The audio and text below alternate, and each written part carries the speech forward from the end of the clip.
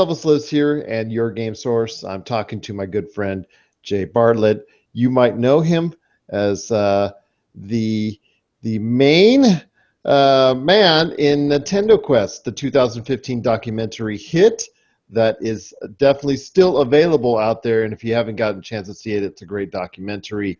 Um, you can still find it on anywhere from Amazon. I know Rob loves. In fact, if you watch it on Vimeo because the picture and the way it's downloaded and the way it transpires. Vimeo is a favorite of his, but Amazon as well has the Blu-ray that you can get. I don't know if it's still on Amazon Prime. You can check that out there. But so many different venues and ways you can get it. Nintendo Power Tour, that series. I know that New Zealand Television has had the chance to go and check that out in a series, and now it's available on DVD and Blu-ray as well, I believe. Is that correct? It is, yep. You can get yours now on NintendoQuest.com, and it's us last summer having a great old time with our friend Glenn as well, who's one of our producers, and we basically went across the country, the same vein as the film, and screened it in a bunch of different states, and it was just a ton of fun, and we captured it all on video for you guys for your amusement. So there you go. Sweet. I appreciate the time actually being on that as well. I know we made a small guest appearance on there, and definitely got to pick that up myself, like I have Nintendo Quest. So, and then, you've got a lot of other things going on besides the subject that we're going to talk about today. We've got your now very famous Far, Far and Away podcast. You've also got the already well-known GamerCast out there with you, Rob, and Glenn, and just a whole ton of stuff. How do you keep managing all that, all those things all in, one easy-to-fit schedule? I guess like Rob, it's just very difficult for me to sit down.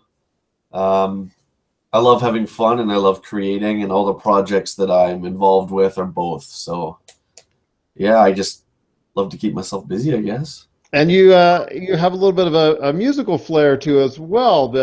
Tell us a little bit more about some, I should say, is it an ode to Guns N' Roses, or I'll let you describe it better.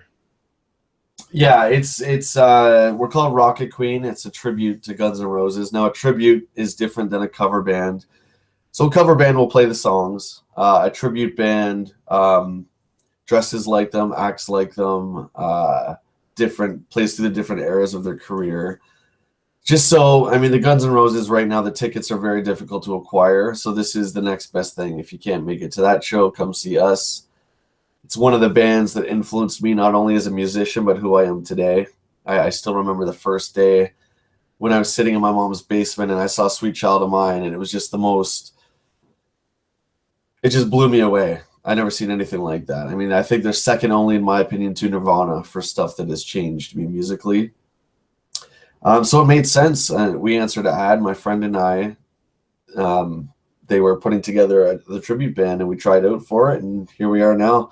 Got a tour going on this summer, which is nice. We have about 6 or 7 dates confirmed. So yeah, we're really, really excited, man. What a perfect time too, with GNR reuniting. It was meant to be. It's true, and with him on the side, with Axel on the side, also trying to front AC/DC. I hear his schedule is busy as well. But how can you fault not paying tribute to one of the greatest rock bands of all time? Yeah. Obviously, in my opinion, probably one of the greatest double albums ever, as far as from in any music genre that they did create. I believe it was Appetite for Destruction Parts 1 and 2, if I'm not mistaken. Use Your Illusion. Oh, Use Your Illusion. Okay, Appetite for Destruction is a single, but the Use Your Illusion is Part 1 and 2 was the double album. My apologies on that. Yeah, the early 90s was such a special time for music, and looking back now, I'm so thankful that I was alive and got to take part as a teen and in my early 20s to such great music. I mean, we had Guns N' Roses like every week with a new video. There was Aerosmith, and there was the grunge stuff, Nirvana, Pearl Jam. So it was really a special time. Definitely indeed. That early 90s period was just a a critical time for music after to get out of the, how should I say, pop era of my era, the 80s, unfortunately. A lot of synthesized pop that set a lot of people the wrong way. And the early 90s, definitely, like you said, with grunge and a lot of other rock influences helped, I guess, realign the music culture for that time period. So indeed, it was definitely a great time for music indeed. And well, I don't definitely want to talk music all day long with you, but I know we're here for another reason. And the fascination of cosplay is actually why I'm here to talk to Jade today, because if you have not checked out any of his social media pages, for instance, like a Far, Far Away, you know, if you've not gone there on Facebook, you're missing out because that page definitely covers a lot of what Jade does as far as cosplay wise. Currently, your cosplay of choice is Kylo Ren. Is it not? It's actually the only one I do. Okay. I just Yeah. want to make sure that you've not done any others. You're not doing any others now. You're not singling out any plans underway to try and add something else to besides Kylo Ren before we go deep into that? As of right now, no. Yeah, and it was just something that I don't even know why I don't want to say I never had interest in it because I've dressed up for all the special edition Star Wars premieres, and when Phantom Menace came out and all those, I dressed up too. But it was more of like homemade efforts. You know, I want to tip my hat to my mom because even in my 20s and my 30s, she helped me put together some stuff because I can't. So, And but after seeing your mom in the movie, I could just tell. I could just picture in my mind exactly how she was phrasing it. You know, as far as helping you, and I like she's all like, you know, from what I've gathered, she always has been such a great influence on your life, but yeah, not totally 100% buying in on everything that you're doing, if that's I'm right. not mistaken. That's exactly right. You got it, Gerald. Exactly. Gerald doesn't know. She's my mom. She has no choice, I guess. So.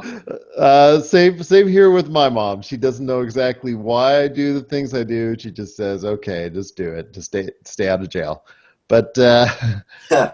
I digress. So the reason why I wanted to talk to you is because cosplay has just grown by leaps and bounds. I'd say over the past 5 years. I mean, obviously, you know, gathering up in costumes has been a part of our culture for many years. You know, from masquerades to Halloween to what have you. But going and becoming a cosplay artist has become something more, something that's evolutionized into something even bigger, into the pop culture scene, and with, you know, pop culture cosmos that I'm now trying to you know, look more into as far as that realm is concerned. One of the things that have definitely stuck out when you go to, let's say, an E3, Level Up Expo that's coming up, or pretty much any time as far as any event that's going on as far as that's related to pop culture, you are sure to find several cosplayers, if not many cosplayers, that are taking up the cause to you know, dress up in their favorite characters. You have said that you're right now with Kylo Ren, as far as your cosplay efforts. I've seen it as far as various locations that you've shot from, that you've, whether it's a professional shoot or whether it's something that a personal appearance that you're making. Tell us more about how you got into cosplaying, as far as it's concerned, and how it's evolved into more as far as something that it's now a regular part of your schedule. Well, it's amazing that, like you said, over the last 5 years, that this has really exploded. Um, there's a number of people who make a living from doing this, which is something that, you know, I wasn't setting out to do that. It was just something fun that I wanted to try. And it was really for the Force Awakens premiere. I wanted to go because I've dressed up for all the Star Wars films the first day they've been out. So I just wanted to do it for myself. And I hired a woman named Mildred Strange, who's a seamstress in Toronto here, which is one of our bigger cities in Ontario. And she makes costumes for a living. And I said, I'll pay whatever it is. I want the exact costume from the screen. I want the same fabric. I want it to look the same. I want it to shine the same. I want it to be torn the same. So I hired a professional to do it. And she did it, and she did it absolutely perfect. And something funny happened. I started it as myself, and it's funny, Gerald, and stay with me here, okay? When I put it on, you really start to become that character. It's really weird, and it was something that I kind of struggled with at first. I love acting. You'll ask Rob. Rob and I do voices all the time, and we do dialogue back and forth from movies all the time. And I put it on, and I just started to kind of feel like the character. And I was like, okay, this is kind of cool. And then when we went to the theater, the way people just lit up, and they wanted their photos, and the kids were like, I was kind of like, You became a celebrity in that sense. You became something that they could identify with. Could that be correct? no, I don't look at it as a celebrity. I look at it as I'm connecting them to that world of Star Wars. There you go. There's Much Kylo better. Ren on the poster, and now there he is in front of you, and it just hit a spark in me, and so now I do it for myself, but more importantly, I do it for kids, which might sound strange to some, but so I have a little group now. There's about 5 or 6 of us that constantly go out, and just to see the kids light up, and then I'm the bad guy, so they'll get the little Jedi kids will come and fight me and stuff like that. It's really cool. I remember when I was a kid, we used to have a department store in Canada called Simpsons, and there was a Darth Vader appearing. Of course, it wasn't David Prowse, but it was still the guy in the suit, and I was absolutely terrified. And my grandma took me up to him, and I was just like terrified. And then he like shook my hand, and all of a sudden I was connected to that world, and it's something that I never forgot. So if I can do that for kids today, I mean that's the reward I have. That's why I do it. And now we're taking it further, and we're starting to do Ronald McDonald House stuff, and we're starting to visit kids in hospitals that are less fortunate, and I get quite a lot of pleasure out of that, and a lot of joy. It's a lot of fun. And that's awesome. That's awesome that you're taking that talent as far as it's concerned, and obviously that performance, and taking it to an audience that may not be able to get to experience those type of things on a regular basis. Yeah. That's definitely a good deed indeed. But what I wanted to ask is how much, as far as are you at liberty to say how much that you've put into it compared to other cosplayers? Because have you conversated with other cosplayers how much investment that they've made into it? Because I've understood from my various slight conversations in the past that it can total into the thousands of dollars. Oh, easy. Yeah, I'd say probably at least 4,000 total. Now I have 2 Kylo Ren outfits. I have one. It's the traditional one, and then I have the one from the end of the film when he's all messed up from Finn and Rey, and Chewbacca shooting him. That one I actually prefer more. I think it's a more unique version. We go to cons, you see there's 1,000 Kylo Rens. He's this year's Heath Ledger Joker, like everyone is Kylo Ren, which is fun. So I wanted to do a little bit different. Plus, I find the character more interesting when he takes his helmet off as well near the end. When you see that he's just, he's a 30-year-old human who's very confused, and he has all these powers, and he has no guidance, and he thinks he's doing the right thing. He's got someone kind of controlling him like a puppet, and he thinks he's doing the right thing, and that's very interesting to me. So the character is something that I can connect with. So Definitely, no, that's, and obviously be after the death of his father, leading into the events of Star Wars Episode 8, where he will get his completed training from Supreme Leader Snoke, if it holds true from what Episode 7 has told us. What I wanted to ask next is have you been asked and approached by outlets or whatnot, cons or whatnot, to appear in the con universe? If that's the case, do you interact with other regular con artists that are asked to do the same? Yeah, our group has been asked to appear at a number of different events, which is great. We just did Free Comic Book Day this past Saturday, which was just a blast. My friend Steve has a real replica working R2D2, so that helped our cause. So I have my friend Amber is Ray, I'm Kylo Ren, and we have R2 with us. So people just absolutely just love it. Again, it's one of those situations where when are you ever going to get to see an R2 unit? Right Exactly. there, you can touch it, get your picture with it, and that kind of thing. I did the Force Awakens Blu-ray launch. We actually do still have a video store here called Jumbo Video. So I got to appear as Kylo Ren. And it's really cool because I get into the character, but I don't break it unless the kids get really scared, which I've had a few. And then I'll just be like, high five, and then they're fine. Fair enough. Fair enough indeed.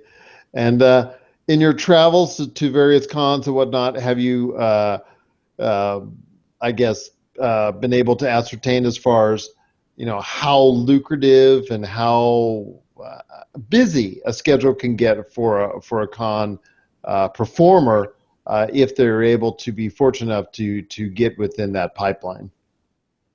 Yeah, it's very busy. I mean, we were just walking on the show floor. We weren't guests or anything. But I pride myself on the quality of the costume, and my friend Amber, who's a seamstress as well, puts the same pride and quality in. So, I mean, when you're movie accurate, you can see that, and people were like, "Oh, they wanted to take pictures and stuff," and it's a lot of fun. But like I said, the most enjoyment I get is when the kids get a kick out of it. Oh, absolutely, absolutely, indeed. Obviously, and that's the main intent, like you said, because you're looking for that connection, for the kids to have the connection with that character, and obviously, try to in some way pay back the Star Wars universe for all the good things it's done for you, all the good things it's done for so many, myself included, as far as the entertainment that it's provided over the many years that it has. But I can't let you go without asking your thoughts on Rogue One and Episode 8, and how you think it's playing from there, and where do you think that the series itself is going to go into? I know about Han Solo, the young Han Solo that just got hired, so I'm Yeah. definitely looking forward to that from a personal standpoint. But I know Rogue One seems to have intrigued a lot of people as well. Rogue One looks fantastic. I woke up that Thursday morning and my inbox was full. Everyone sent it to me, which I appreciate. That's awesome. I watched it, and my first reaction was like, wow, this is really cool. I didn't have the same kind of emotion. I didn't have any tears or anything like that, like I usually would have when I see something like that. But that's not a bad thing. I think, with the absence of the Skywalker family or any of those real characters that connect it that we've seen so far, it looks like a really cool Star Wars movie, but it's got a different flavor to it. And again, I'm all open for that because I think more Star Wars, the better. Episode 8, I've read a bunch of stuff on it, some things that are true, and all I can say from what I've read is it's going to make Empire Strikes Back look like a picnic as far as how dark it is. So, From what I've seen and what I've read as well, I know that they're definitely going into a different direction with that one. Rogue One, like you said, looks really, really good. Do you think there might be some confusions among general audience members who would be trying to connect the dots between 7 and 8 as opposed to where it actually really falls in the Star Wars timeline? yeah, there's been a few of those already. People saying, "Well, why do the stormtroopers look like that again?" And I'm like, "Well, no, it's in between 3 and 4. It's about stealing the plans for the first Death Star. It's not after 7." So I can see that, but there's no episode. It just says, Rogue One, a Star Wars story. So they've tried to make it as clear as they can. Um, I think Have they been officially identified as the Bothan spies? not that I've seen. The Bothans stole the plans for the second Death Star. Okay, I thought it was the first. My So my apologies. nerdiness, yeah, the second Death Star. What one thing that I will say, a little tidbit, whether it's true or not, a bunch of different sites I've read and looked at a little bit of footage have confirmed it that Benicio del Toro, of course, is a villain in Episode 8, which I'm really excited about. And he's supposed to play a character named Vaughn, and Vaughn is above Kylo Ren but below Snoke. So I think it's really interesting that you're going to have this character who's above Ren, um, and there's just going to be another bad guy. So it's going to add another layer of excitement. He's supposed to be kind of like Palpatine, where he's a politician, and he's doubling as, a Dark Lord as well. But I think he's just absolutely a fantastic actor, so I'm really glad he's aboard. Yes, just don't call him Antonio Banderas, as the commercial suggests. Oh my god, yeah, that's hilarious. Yeah, All I can think of is, he's the attorney from Fear and Loathing. That's the first thing I picture. fair enough. Yeah, have you seen the beer commercial that he does? No, no. Oh, that's why I said Antonio Banderas, because I've heard people call him that a lot, though. yeah, he actually has done a commercial. Is it Dos Equis? There's a beer commercial where he does where there's people line up from outside a restaurant to take a picture of him inside the restaurant, and he poses for them, and they scream Antonio Banderas at him. That is hilarious. And then That's probably where that all started from then. Yes. And then he does another one where he mimics the bottle dripping wet by crying on command and impressing the lady that's with him. So he is definitely a great actor indeed. The Star Wars universe seems to be getting better. Like I just said, the young Han Solo just has been named. Your thoughts on that real quick? Hey, I'm all for it. I don't necessarily think that we need a Han Solo origin story, but I will definitely not judge it until I see it. I think they could have done like a Boba Fett one would have been good. Even a further Obi-Wan would have been good, and I think those are coming down the pipe. But Han Solo is such a mystery that I almost think that his origins should be kept that way. But of course, I'll be that first in line. Well, what I want to say was, now I know the Star Wars universe can always get away with it because of the Star Wars brand, but is it always good to just go and take an actor who does not have a name for the role? Because I know there were there were actually thousands of actors that tried to go after the role. And I know that there were, in their last 15 or so that were in there were some kind of name actors as far as from that realm. And they still chose outside the box for someone who they feel is the best fit for their movie. But what I want to ask is, this is what Star Wars has done many, many times. They've taken an actor from I would say not anonymity, but obscurity, and put them into the limelight as far as it's concerned. With depending on who you would talk to, with mostly good success. I know you're a big fan of the prequels. I know others who aren't. So I know Hayden Christensen is not exactly the most beloved person in the Star Wars fan universe. So I would say he is the in a tit for tat, virtual tit for tat. Yeah. He would be the vice versa as opposed to Rey or anyone of that nature. So do you mind Star Wars going and reaching out into someone who is not, let's say, a household name in order to star? In fact, Rogue One, for instance, the star of Rogue One is not a household name as well. Someone who is not, does not have the acclimated series to get behind. Do you find any issues with that ever, as far as you having to look through it and see a background on these characters, on these actors who are playing these characters? No, JJ said that he picked unknown actors on purpose to kind of mirror what George did in the first one, episode 4. I think whatever serves the story best. Anyone who knows me knows that one of the characters that I wanted to like so bad but fell short was Mace Windu, who's played by Sam Jackson. And because the second you see Sam Jackson, you see Sam Jackson. Do you know what I mean? Yeah, and this, but I will say this, that he was just, as you and I both know, he has such an affinity for the Star Wars franchise. He was just clamoring to be, pretty much any role that he could get his hands on. But I can understand definitely that when he comes on screen, it's similar to what similar to my theory on Jack Nicholson is you have roles that actors that blend into the role, and then you have the roles that blend into the actor. And anytime Jack Nicholson's been on the screen, it's Jack Nicholson you see. You don't see the character. You see you see Jack Nicholson. So I could definitely see what you're saying about Sam Jackson, about having him in that realm because he has such a powerful presence. So Yeah, like Ewan McGregor. When I watch him, I see Obi-Wan. I don't see Ewan McGregor. Anything that Johnny Depp does, I see that character. I don't see Johnny Depp. And I'm not taking anything away from Sam. I think he's a great actor, but he's definitely he does that one role, and he does it very well. But even in Star Wars, he's that same kind of cold. I don't want to say gangsterish, but do you know what I mean? It just didn't work for me. So I think I would rather see young actors get their break in Star Wars and become something great than say like Brad Pitt taking the lead, because I think that would really just take you out of it. So fair enough, fair enough. Because and like I said, their presence. I think it's their presence that they've created.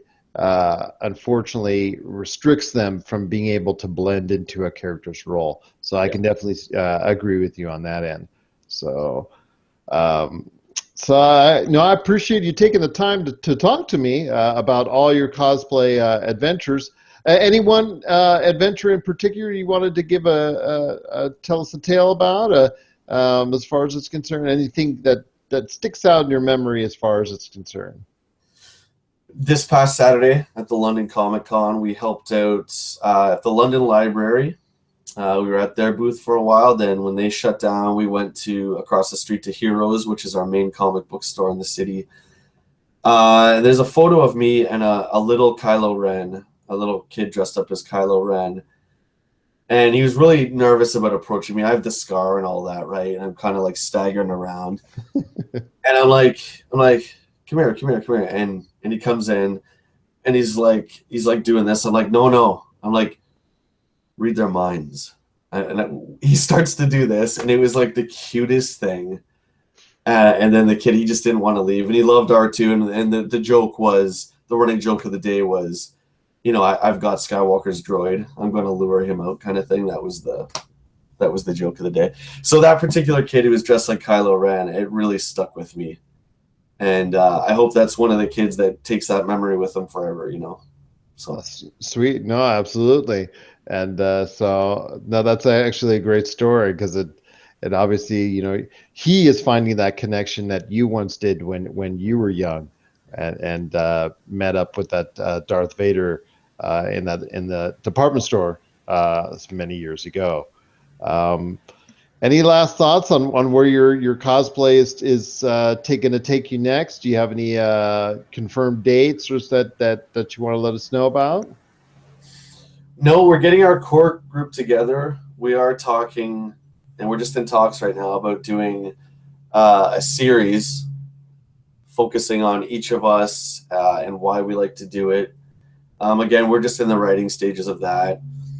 Um, I mean, as far as it goes, I mean, a lot of people look at cosplayers like they're weird. Again, I'll say it like I said about anything in your life: just do what you do, love what you love. Don't let anyone bring you down or tell you any differently. Make sure you're doing it for the right reasons. Don't do it for fame, because that's kind of silly. Just do it for all the positive reasons and just keep working hard. Yeah.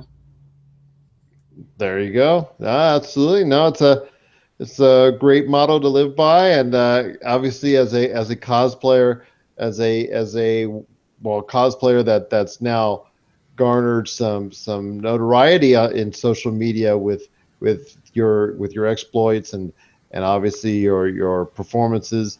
And I want to say I do love those photos that you took, as far as from the ones where you were with Ray as far as in the winter. Where were those taken, if I may ask? It was just in a country field just outside the city here. And that was my first real exposure to a photo shoot. Um, and the photographer was great, but he wasn't that familiar with The Force Awakens, so I kind of directed it in a way. And I told him all the shots I wanted to do. We tried to recreate the end sequence. Of course, it was a little different because I had the helmet on and stuff, but I think people got the idea. I definitely it looked great. I love the backgrounds and the the darkness and the hint of the snow and whatnot. It just it looked tremendous. Oh, And thanks. definitely must have been a good time for you. How long did it take? Was that shoot? Was several hours? That shoot was about 6 hours, That's what I thought. and I feel bad for Amber because she was freezing, but she was a trooper. She pulled it off. So Absolutely, anything for a good cosplay, indeed. yeah. So, well, I appreciate it. Before I let you go, anything else? You've got so much on your plate with, GamerCast, Far and Away. You got all your cosplays coming up. Anything else? Obviously, the tribute band that you're going to be undertaking as part of a tour there. Anything else you want to talk about before we head on out? No, again, my friend, I really appreciate the opportunity. It's always a blast being on your show, and I'm quite humbled by it that you keep asking me back. It's really great. Um, yeah, guys, Facebook, it's a galaxy far away. I'm Jay Bartlett on Facebook. Add me. I always love to talk to everyone. Our podcast is on Podbean. It's a galaxy far away and Gamercast. And yeah, the cosplay stuff is just starting, so we're gonna see where that goes. But Awesome, indeed. And I appreciate you taking the time again. This is Gerald from YourGameSource.com, but also in a special report for the NU Herald for National University. If you are interested in being a part of the NU program, university.com, check them out. They've got great programs, whatever you want to do as far as for your collegiate career. So, once again, this is Gerald Glassford talking to Jay Bartlett of Nintendo Quest fame, but now of cosplay fame for Kylo Ren. So, do want to thank you for your time. Appreciate it. Appreciate everyone out there watching and listening, and hope you have yourselves a great day.